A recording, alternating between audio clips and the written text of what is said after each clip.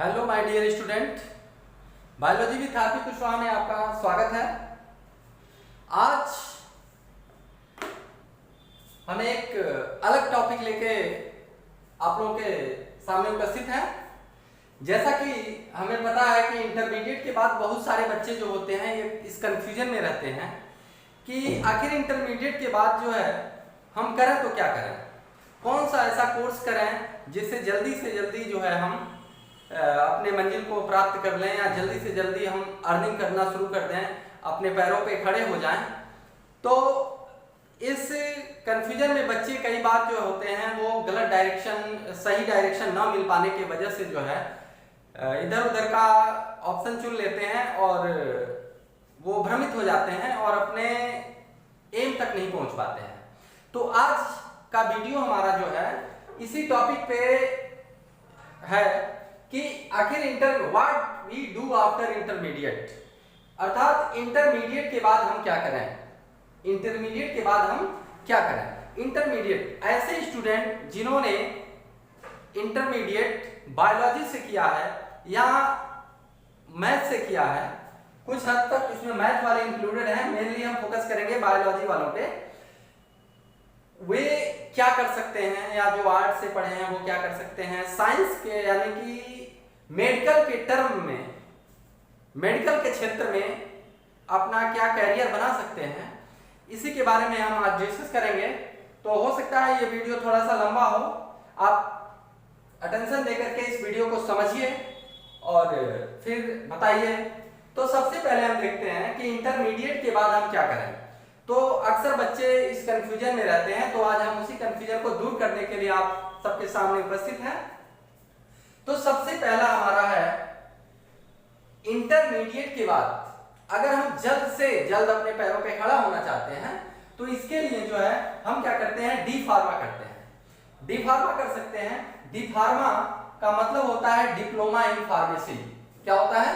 Diploma in pharmacy. यह एक diploma course है जो कि 2 साल का होता है, 2 इयर्स डिप्लोमा कोर्स है, जिसके लिए 10+2 साइंस अर्थात फिजिक्स केमिस्ट्री बायोलॉजी या physics chemistry math with 45% minimum mark के साथ होने चाहिए। अर्थात डी फार्मा करने के लिए ऐसे स्टूडेंट भी एलिजिबल हैं जिन्होंने बायोलॉजी से इंटर किया है और ऐसे स्टूडेंट भी एलिजिबल हैं जिन्होंने फिजिक्स केमिस्ट्री और मैथ से इंटरमीडिएट किया है, लेकिन क्राइटेरिया ये है कि उनका इंटरमीडिएट में मार्क्स जो होना चाहिए वो 45% होना चाहिए। ठीक है। अब ये 2 साल का कोर्स होता है डी फार्मा का, डिप्लोमा इन फार्मेसी का। इसको करने के बाद आप जो है गांव में प्रैक्टिस कर सकते हैं या एक्चुअली में आप मेडिकल स्टोर अपने नाम से रजिस्टर्ड करवा सकते हैं और मेडिकल स्टोर की दुकान चला सकते हैं और दवा वगैरह आप पेशेंट को कुछ दे सकते हैं कुछ हद तक। ठीक है। तो ये हमारा हो गया डी फार्मा। ठीक है, आफ्टर इंटरमीडिएट। दूसरा जो है हमारा क्या है, बी फार्मा, जिसको हम कहते हैं बैचलर इन फार्मेसी। क्या होता है? Bachelor in pharmacy. इंटरमीडिएट के बाद हम सीधे बी फार्मा भी कर सकते हैं, डी फार्मा करने के बाद भी हम बी फार्मा कर सकते हैं। बैचलर इन फार्मेसी यह 4 इयर्स का यानी कि 4 साल का एक कोर्स होता है।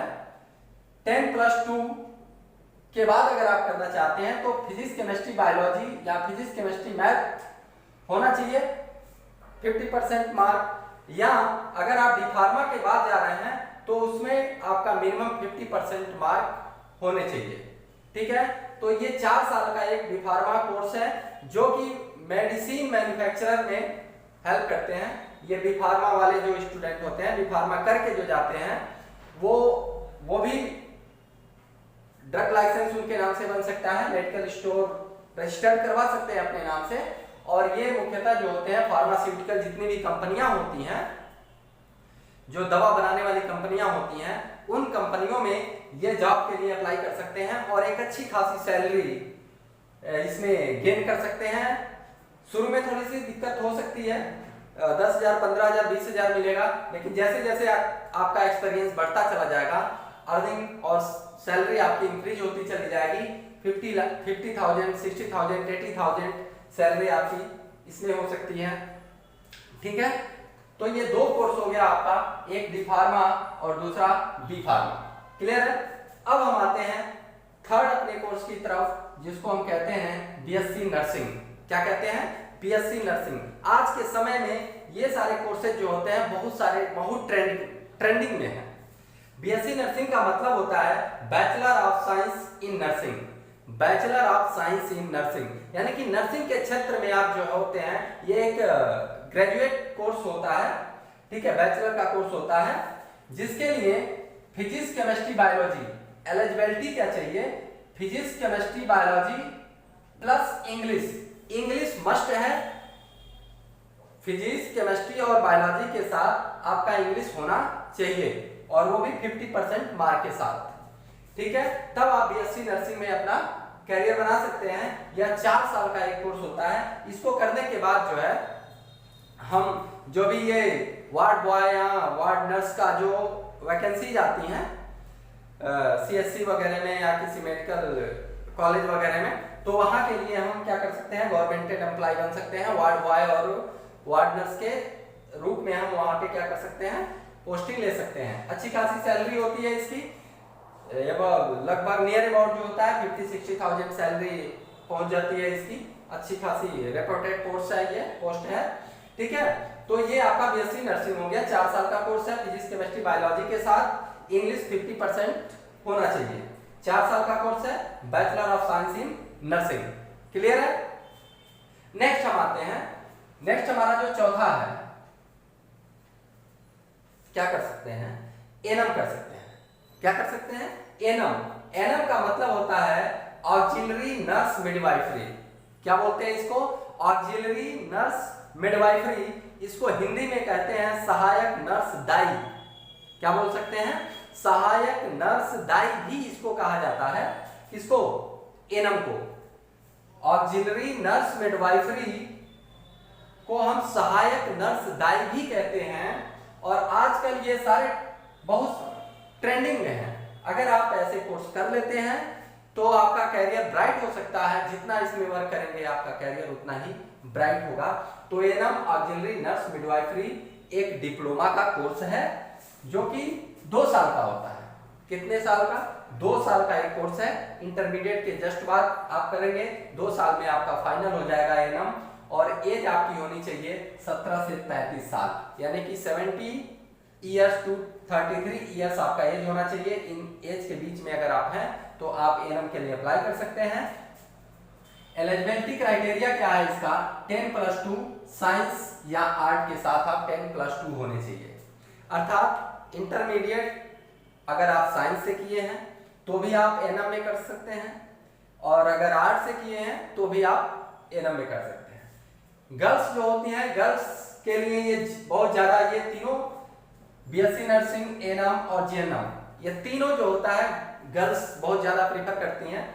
ठीक है, तो एनएम हो गया। एनएम एक्चुअल में जो एनएम का जो वर्क है वो ग्रामीण क्षेत्रों में इनका कार्य होता है। ग्रामीण क्षेत्रों के जो छोटे छोटे सीएससी वगैरह होती हैं, ग्रामीण स्वास्थ्य केंद्र होता है, वहां पे इनका कार्य होता है। और ये इनकी पोस्टिंग होती है, गवर्नमेंटेड पोस्टिंग होती है इनकी, अच्छी खासी सैलरी होती है। और यहाँ पे ये वर्क करते हैं एक ट्रेंड नर्स के रूप में। ठीक है, तो ये हो गया हमारा एनएम का कोर्स। इसके बाद हम आते हैं GNM. General nursing and midwifery. GNM का फुल फॉर्म क्या होता है? General nursing and midwifery. यह एक लगभग 4 साल यानी कि 3 ईयर 6 मंथ का कोर्स होता है। कितने साल का? 3 साल 6 महीने का एक कोर्स होता है, जिसका एज 17 to 30 ईयर्स, अर्थात 17 साल से लेकर के अगर 30 साल के बीच में आपकी एज है तो आप जीएनएम के लिए अप्लाई कर सकते हैं। एलिजिबिलिटी क्राइटेरिया क्या है? 10+2 साइंस या आर्ट के साथ अगर आप हैं तो आप इसको कर सकते हैं। जीएनएम का हिंदी में जीएनएम को हम कहते हैं सामान्य पोषण एवं दाई। क्या कहते हैं? सामान्य पोषण एवं दाई। स्वास्थ्य केंद्रों पे इनका पोस्टिंग होता है, अच्छी खासी सैलरी होती है। कॉलेज की बात अगर हम करें, इन सबके कॉलेज की बात, तो गवर्नमेंटेड कॉलेज भी होते हैं और प्राइवेट कॉलेज भी होते हैं। प्राइवेट कॉलेज में डायरेक्ट डोनेशन पे एडमिशन हो जाता है, और अगर आपको गवर्नमेंटेड कॉलेज में एडमिशन लेना होता है तो कॉलेज जो होते हैं वो क्या करवाते हैं, एंट्रेंस एग्जाम करवाते हैं, और उस एंट्रेंस एग्जाम क्वालिफाई करने के बाद आप उसमें एक रैंकिंग के हिसाब से जो होती है एडमिशन ली जाती है। अगर आपका रैंक अच्छा है तो उस हिसाब से आपको कॉलेज मिलता है। तो गवर्नमेंट और वेल एज प्राइवेट दोनों तरीके से इसमें आप एडमिशन ले सकते हैं। क्लियर है? तो जीएनएम सामान्य पोषण एवं दाई, जिसको हम जनरल नर्सिंग एंड मिडवाइफरी कहते हैं, 3 साल 6 महीने का कोर्स होता है। एज 17 से 30 साल, और एलिजिबिलिटी क्राइटेरिया इसका जो होता है 10+2 साइंस या आर्ट के साथ अगर आपने कुछ भी किया है तो कर सकते हैं। ठीक है, अब अगर नेक्स्ट हम आते हैं तो हमारा जो 5वां, और ये है आपका हमारा छठा आप क्या कर सकते हैं, आप बीएससी कर सकते हैं, बीएससी के बाद एमएससी कर सकते हैं। बीएससी का मतलब bachelor in science, BSc honours भी कर सकते हैं, बीएससी माइक्रोबायोलॉजी से भी कर सकते हैं, बहुत सारे ब्रांचेज होते हैं। तो बैचलर इन साइंस या एक बीएससी बैचलर का डिग्री है, 3 साल का कोर्स होता है। फिजिक्स केमिस्ट्री बायो से भी होता है, फिजिक्स केमिस्ट्री मैथ से भी होता है, माइक्रोबायोलॉजी से भी होता है। 3 साल का एक कोर्स है। इसके बाद से आप चाहें तो एमएससी कर सकते हैं, मास्टर ऑफ साइंस 2 इयर्स का एक पोस्ट ग्रेजुएट कोर्स है ये। अब इसके बाद आप नेट CSIR कर सकते हैं, यानी कि आप चाहें तो एमएससी के बाद जो है CSIR नेट कर सकते हैं, और फिर इसके बाद से आप आप इसके लिए लेक्चरशिप के लिए अर्थात जो डिग्री कॉलेज में असिस्टेंट प्रोफेसर, और जो है अगर JRF वगैरह निकल जाता है तो जूनियर रिसर्च फेलोशिप के पत्ते भी जा सकते हैं, रिसर्च के लिए जा सकते हैं। एमएससी करने के बाद आप CSIR नेट कर सकते हैं, या फिर इसके बाद से आप BEd कर सकते हैं, एमएड कर सकते हैं, टीचिंग लाइन में जाना है तो। ठीक है, अगर टीचिंग लाइन में कैरियर बनानी है तो आप BSc, MSc, BA, MA net, UGC net, CSIR net, फिर BEd, MAd जो भी करता है कर सकते हैं। लंबा प्रोसेस है, अच्छा खासा इसमें टीचर बन जाए या प्रोफेसर बन जाते हैं तो एक अच्छी खासी रेपुटेड पोस्ट होती है, और अच्छी खासी सैलरी होती है, और बहुत अच्छी पोस्ट होती है ये। नेक्स्ट जो हम आते हैं 7वां नंबर, और सबसे ज्यादा आजकल जो ट्रेंड में चल रहा है, जिसको हम कहते हैं नीट, अर्थात मेडिकल एंट्रेंस जो होता है, नेशनल एलिजिबिलिटी एंट्रेंस टेस्ट जो है।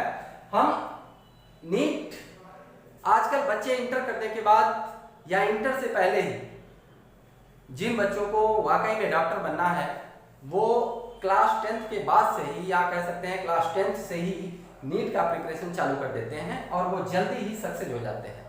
जब हम इंटर करने के बाद सोचेंगे कि हमको अब क्या करना है, नीट की तैयारी करनी है, तो हम बहुत पिछड़ जाएंगे और कई साल लग जाएगा।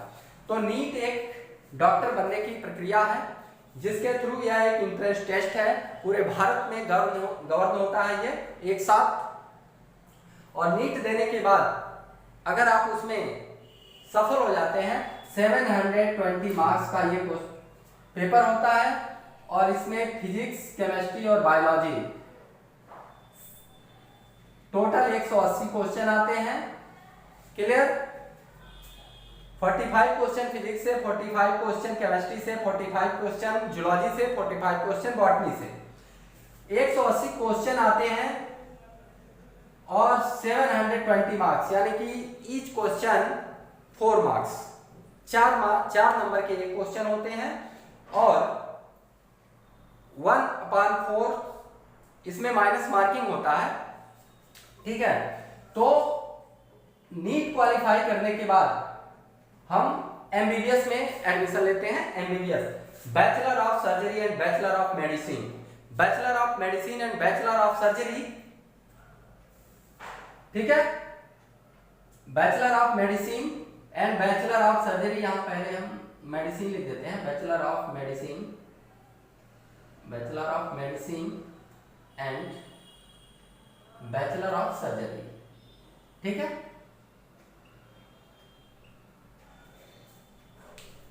लगभग 5 साल का ये कोर्स होता है, 4 इयर्स एंड 6 मंथ का ये लगभग कोर्स होता है। उसके बाद से हमारा इंटर्नशिप चलता है। तो इसके बाद से जो है हमें डॉक्टर की उपाधि मिल जाती है। डॉक्टर नाम के आगे डॉक्टर लग जाता है एमबीबीएस करने के बाद, और आप रजिस्टर्ड होने के बाद किसी भी जगह पे बैठ करके आप प्रैक्टिस कर सकते हैं, या गवर्नमेंट जैसे ही वैकेंसी आती है आप गवर्नमेंट डॉक्टर बन सकते हैं। एमबीबीएस के बाद अगर आगे आपको और बढ़ना चाहते हैं तो हम एमएस करते हैं या एमडी करते हैं, मास्टर ऑफ सर्जरी। एमएस का मतलब master of surgery and MD का मतलब डॉक्टर ऑफ मेडिसिन। ये पोस्ट ग्रेजुएट कोर्स है, ये ग्रेजुएट कोर्स है। अर्थात एमबीबीएस करने के बाद ही हम एमएस या एमडी कर सकते हैं, इसके पहले नहीं। ये ग्रेजुएट डिग्री है और ये पोस्ट ग्रेजुएट डिग्री है, ठीक है। तो एमएस जो होता है वो सर्जरी का मास्टर होता है, यानी कि जो भी ऑपरेशन वगैरह होते हैं वो कौन करता है, एक सर्जन करता है जो एमएस किया हुआ होता है।